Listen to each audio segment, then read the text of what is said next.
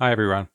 I'm headed out to the range again today to do another factory ammunition test with the Sig Cross in 6.5 Creedmoor. So let's take a look at the ammunition that I've got for this test. Firstly, I've got the Hornady Precision Hunter 143 grain ELD-X. I took this out last time and it shot a really nice group, sub MOA, and I'm looking to see if I can repeat that and do even better this time. Next, I've got some Hornady Custom International 140 grain spy points. It'll be interesting to see how these go, considering that the Remington spy points did really well last time. Probably the one that I'm the most excited about is this one right here, the Barnes VOR-TX LR 127 grain copper projectile. This will be really interesting to see how this one performs. I'm also expecting some big things out of the Sako TRG 136 grain LR cartridge. This is the only precision cartridge out of the group, so I'm expecting some really good accuracy with this. And finally, I've got the Norman Scirocco II 130 grain cartridges. Last time I took this out, it didn't perform particularly well at all, with a 2.5 inch group, so I'm really hoping for better performance this time around. Let's take a look at these cartridges side by side. First, we've got the Hornady 143 grain ELD-X. Next, we've got the Hornady Custom International 140 grain spy point. Next, we've got the Barnes VOR-TX LR 127 grain. Next, we've got the Sako TRG 136 grain LR. And finally, we've got the Norman Scirocco II 130 grain cartridge.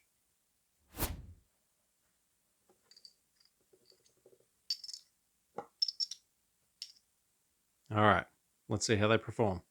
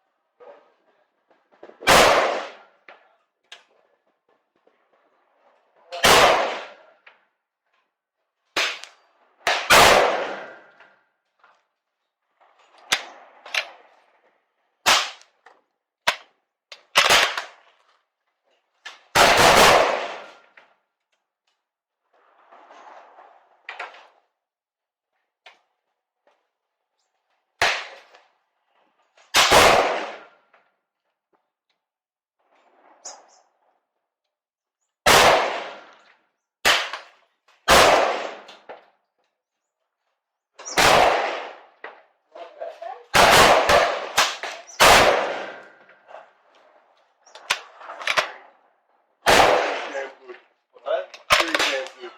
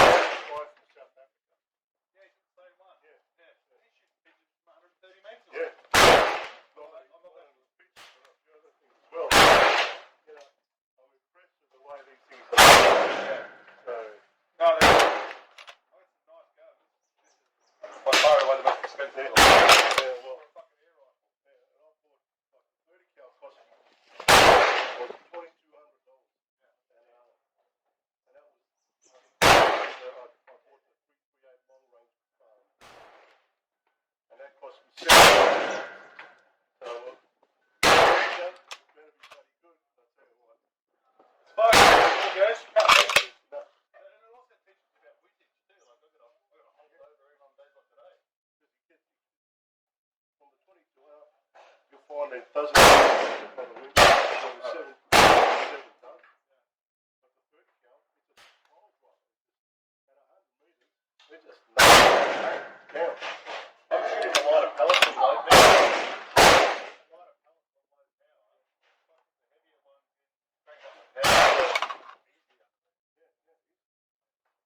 That's what I'm saying. When it compares to 22s, and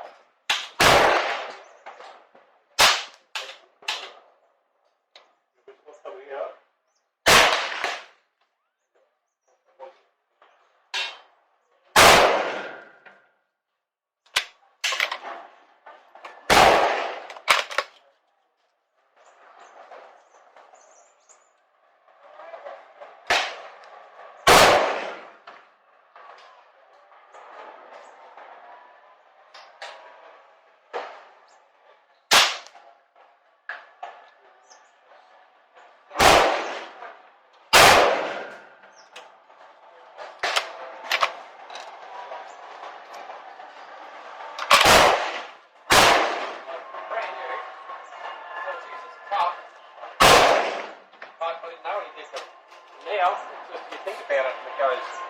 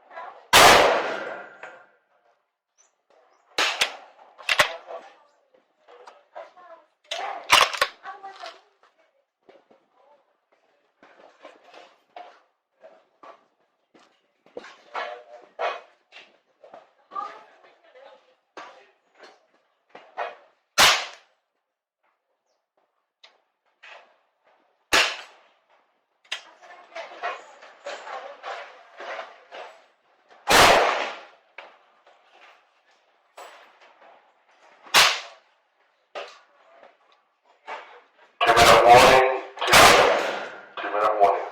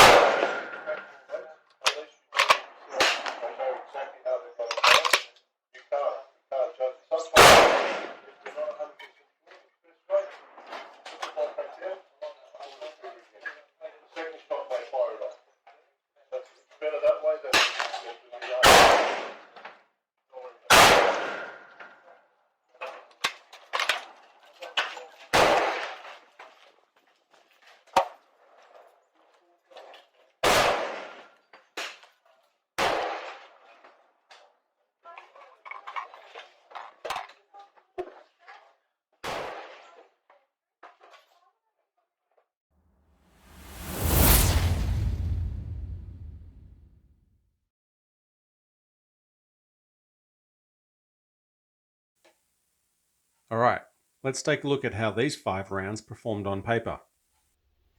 Okay, so firstly we've got the Hornady Precision Hunter 143 grain ELD-X. Let's see how this measured up.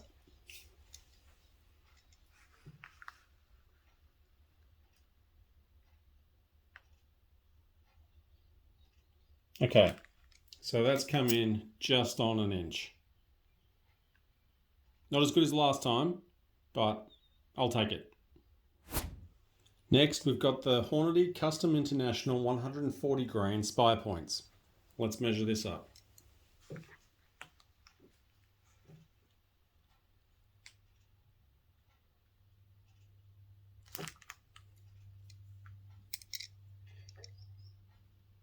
.749 of an inch. 3/4 of an inch. Not bad. Following on from the Hornady Custom International, we've got the Barnes Vortex LR 127 grain copper projectiles. Let's measure these and see how these turned out.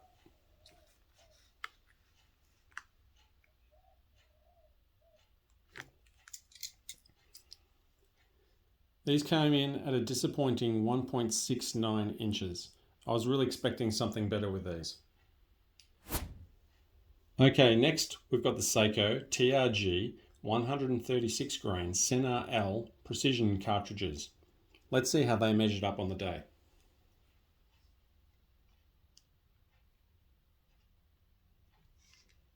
Alright, so they've come in at 1.32 inches, which is not fantastic. I was definitely expecting a lot better than that. But if we measure this little group of 4 here, that comes in at 0.69 of an inch. So that's not too bad. So maybe with that one flyer out of the way, we could probably call this a pretty decent group. So I'm definitely going to give this round a try again in the future. And finally, we've got the Norman 130 grain Scirocco II cartridge. Let's measure that up and see how that performed.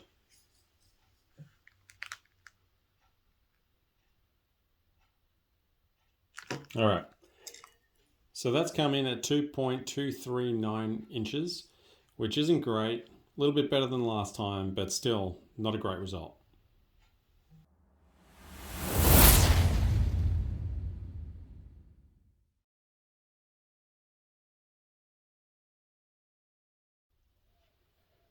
All right, and here's my final thoughts. So firstly, if you're looking for a hunting round for the Sig Cross in 6.5 Creedmoor, you've got 2 great options.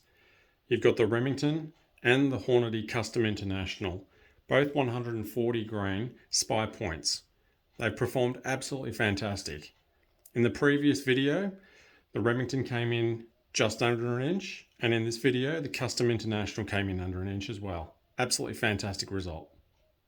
Also, something really interesting to note is that these spy point projectiles performed better than the tipped projectiles. So that's really quite interesting in itself. So I've got a 129 grain Hornady interlock and a 143 grain ELD-X projectile here for reference, as it makes me wonder if the bullet base is providing better stabilization at 100 meters for these spy point projectiles.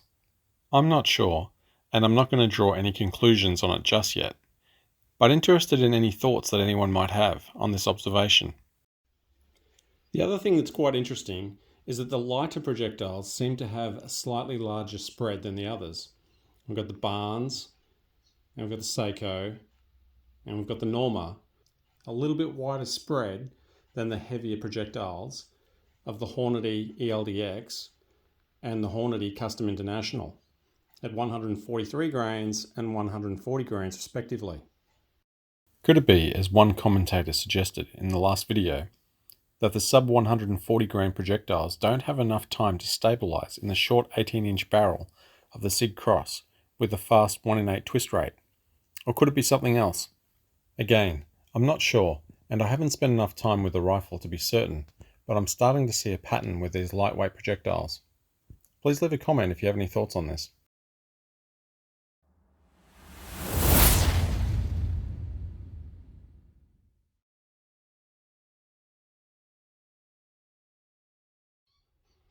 Alright, so that's a wrap for this video.